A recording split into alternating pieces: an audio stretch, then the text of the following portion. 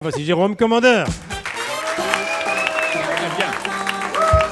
Monsieur Benguigui. Alors, cher Jérôme Salvatore, Benguigui. Messieurs, il met des notes maintenant.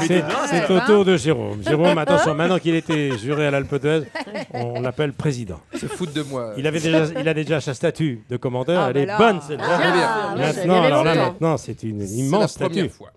Alors, La journée. c'est une vanne que je fais régulièrement. Comme à son habitude, Jérôme présente un personnage à notre invité aujourd'hui, Salvatore. C'est quelqu'un qui est déjà venu nous voir. C'est la coiffeuse Guylaine Peigne. Bonjour Guylaine. Bonjour Michel. Comment avez-vous connu Salvatore Adamo, Guylaine Peigne? Mais en fait, de 1936 à 1997, j'ai été coiffeuse dans le milieu du spectacle pendant 61 ans. Ah, ouais. Oh, j'en ai tartiné du gel fixant, hein. J'en ai tripoté du bigoudi, Michel. Hein. Je m'en doute.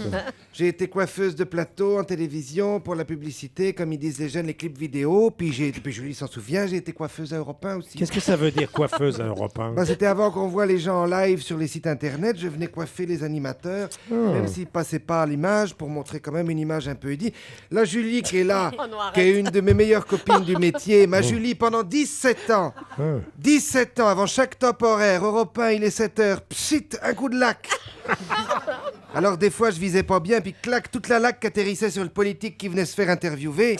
Une fois, Léon Blum qui me fait « Aïe, ça me fait mal, ça Léon pique, Blum. ça pique. J'ai leur bite en feu. » On en a fait des conneries ensemble, hein. Et la fois où j'ai posé ces mèches roses à Jean-Pierre Elkabbach, il me dit « Ce soir, je fais une couscous party chez Jack Lang. Je fais un truc original. » J'ai dit « T'es sûr ?» Bah, mon vieux, il a pas été déçu. Il avait le crâne tout rasé avec quelques pointes de cheveux roses. On aurait dit Ursula, la méchante dans La Petite Sirène. Bon, tu me diras, chez les langues, tout est rose, hein, donc ça faisait ton surton, mais... Mais vous voulez dire à moi, Salvatore Adamo, Non, Guylaine mon Peigne? Salvatore. Oh, bah ça, c'est mon petit picciriccio, comme on dit en sicilien. Ah, Mais oui, on c'est est mon petit quelques-uns, là, garçon. on vient du même coin. Mais oui, je l'ai souvent coiffé, le Adamo. Bon, pas aujourd'hui, j'aurais pas fait ça. Mais...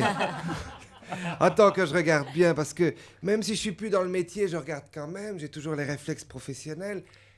Ça va, c'est une bonne marque. Ça gratte pas trop. T'as bien pensé à rentrer l'étiquette avant de la mettre. Faut pas la laisser traîner dehors, hein. Sinon, ça fait mauvais genre. Mais vous parlez de quoi? De quelle étiquette? Bah, l'étiquette de la perruque. Oh. De quelle étiquette vous voulez que je parle? Demandez à Salvatore qui a 50 ans de moumoute sur la façade. C'est humiliant, une étiquette de perruque qui dépasse. Du coup, les gens les coupent. Grave erreur, c'est comme un pull. Il y a toutes les infos du lavage qui sont marquées dessus. J'ai eu le cas avec Petula Clark qui Ah a bon? coupé l'étiquette de son toupet il y a 20 ans. Du coup, pourquoi on a toujours l'impression qu'il a plu quand elle chante Petula? C'est pas la météo, c'est parce qu'elle est incapable de la foutre en machine comme il faut. Forcément, il n'y a Non. plus d'étiquette. Une perruque, c'est 60 degrés dans une machine de blanc, point barre. Et ça sort, c'est doux comme une écharpe en soie. Attendez, je prends note là. Salvatore, merci, bah au moins vous faites rire le public, c'est bien. Vous m'aidez. Salvatore, pendant longtemps, il a jamais su comment passer son toupet en machine. C'est pour ça qu'à la place, je lui avais commandé un casque Playmobil géant en plastique noir laqué qu'il mettait, qu'il enlevait. Puis il en a plus voulu. Ça a duré 20 ans, il en a plus voulu. Très bien. Bon, on a fait le tour, là. Oui, Racontez-moi c'est vos bien. souvenirs avec Salvatore. Ça marche bien, mes histoires de perruques, hein. C'est formidable. Voilà. Alors, les souvenirs avec Salvatore. Avec Serge Lama, l'autre jour, ils étaient morts de rire. Salvatore Adamo, clac. Le public choisit. Le même thème avec un invité différent, on n'en veut plus. Hein? Bon, bah ça dépend. D'accord, très bien. Alors, les souvenirs avec Salvatore, Guylaine Peigne. Les souvenirs.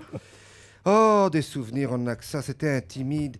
Le Salvatore, il était tout discret. Il rentrait dans la loge et tout. Je me souviens d'une spéciale chez les Carpentiers. Ils devaient tous monter dans une nacelle. Carlos, Demis Roussos, Ginette Reynaud et mon Salvatore.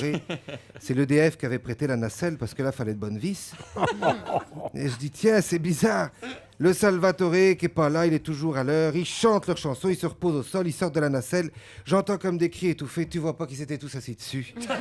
Oh, voilà, bah finissons sur un rire, c'est bien.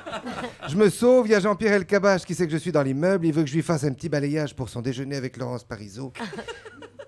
Dans le silence absolu, je dis bisous tout le monde. Jérôme, commandeur. Un petit mot.